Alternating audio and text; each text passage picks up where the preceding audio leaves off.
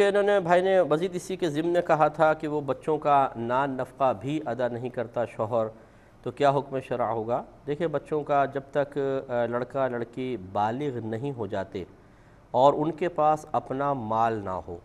تو پھر باپ پر نان نفقہ لازم ہے۔ ہاں اگر اولاد کے پاس اپنا مال موجود ہے، جسے کسی نے تحفہ دے دیا، گفٹ یا کسی جگہ کسی اور ذریعے سے وراثت کے ذریعے کچھ حاصل ہو گیا مثال کے طور پر،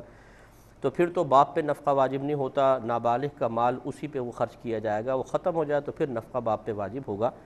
لیکن اگر ایسا نہیں ہے تو باپ پہ لازم ہے کہ جب تک بچے بالغ نہیں ہو جاتے ان کا نفقہ باپ پہ لازم ہے۔ اب بالغ ہو جانے کے بعد مثال کے طور پہ اگر بچی ہے اور اس کے کوئی ذریعہ آمدنی نہیں ہے، وہ گھر میں رہ کے کوئی کام وغیرہ بھی نہیں کر سکتی ہے، باہر جاب کا مسئلہ نہیں، گھر میں کام نہیں کر سکتی ہے، کوئی ذریعہ آمدنی گھر میں رہ کر بھی اختیار نہیں کر سکتی ہے، تو باپ پہ لازم ہے جب تک اس کی شادی نہ ہو جائے نان نفقہ دیتا رہے گا۔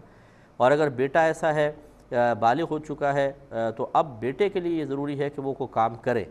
اور کوشش کرے۔ ہاں اگر وہ کوشش کرتا ہے کام نہیں ملتا تو پھر باپ کو کہا جائے گا کہ اس کی کفالت کرتے رہے، لیکن اگر بچہ بالغ ہو جانے کے بعد کام کرنے کے قابل ہو گیا تو باپ پر نفقہ واجب نہیں رہا، وہ خود جا کر کام کرے اور کمائے اور اپنا گزارا کرے۔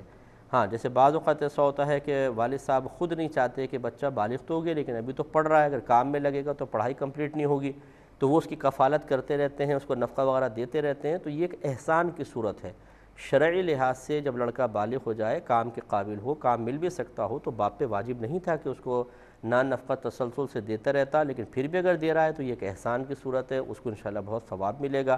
اس سے ذرا ہمارے وہ بچے بھی درس حاصل کریں کہ جو اس معاشرے کی صورتحال کو دیکھ کر کبھی کبھار اپنے والدین پہ طنز کرتے ہیں کہ آپ نے ہمارے لیے کیا ہی کیا ہے،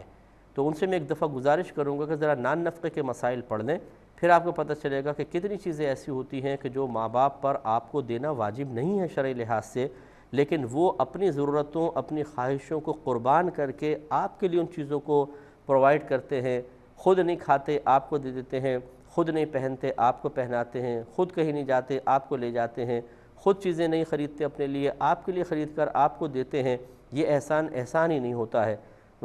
بیچارے وہ کتنی قربانیاں دے کر جب آپ کو بڑا کر لیتے ہیں تو آپ سامنے کھڑے ہو کے آنکھوں میں آنکھیں ڈال کر ان کے ضعف ان کی کمزوری کا لحاظ کرتے ہوئے اور شاید کچھ تنخواہیں وغیرہ ہاتھ میں دے کر آپ یہ سمجھتے ہیں کہ اب ان کو ڈانٹنا ڈپٹنا، ان کی احسان فراموشی کرنا، ان کو ان کے کمزور اور ضعیف ہونے کا احساس دلانا ہمارے لیے شرعاً اجازت والا ہو گیا ہے، جائز ہو گیا ہے، ہم کچھ بھی کر سکتے ہیں۔ غلط طریقہ کار ہے۔ ماں باپ بہت بڑے محسن ہوتے ہیں، اس لیے میں گزارش کرتا ہوں ایسے نوجوان بچوں سے بچیوں سے کہ ذرا تھوڑے سے شرعی مسائل نان نفقے کے متعلق سیکھ لیں، پھر اپنے ماں باپ کی طرف دیکھیں اور یاد رکھیں اچھی طریقے سے آج جو تانے آپ اپنے ماں باپ کو دے رہے ہیں، دیکھتے ہیں کہ آپ اپنی اولاد کے ساتھ کتنا کچھ کر سکتے ہیں۔ کل آپ کی اولاد بھی آپ کی کسی بھی کوتاہی کو سامنے رکھ کر، چاہے وہ آپ نے جان بوجھ کر کی ہو یا غیر ارادی طور پہ مجبوراً ہوئی ہو، وہ بھی پھر آپ کو ایسے جملے کہہ رہے ہوں گے، تو جو اذیت و تکلیف آج آپ نے اپنے والدین کے قلب کو پہنچائی ہے، کل مکافات عمل کے طور پر آپ کو بھی وہ سہنی پڑے گی، اور ہو سکتا ہے کہ آپ نے تو شاید کچھ رعایت کر لی ہو، لیکن جب آپ کی اولاد ہوگی، کیونکہ جیسے جیسے معاشرہ آگے بڑھتا چلا جا رہا ہے، قرب قیامت ہوتی چلی جا رہی ہے، قیامت قریب آتی چلی جا رہی ہے، ویسے ہی معاملات بھی اور زیادہ بڑھ رہے ہیں، تو ہو سکتا ہے کہ آپ کے بچے آپ کی گئی بدتمیزی سے کہیں زیادہ آپ سے بدتمیزی کر کے زیادہ دل آزاری کے مرتکب ہوں، اس لیے تھوڑا سا خیال رکھنا چاہیے۔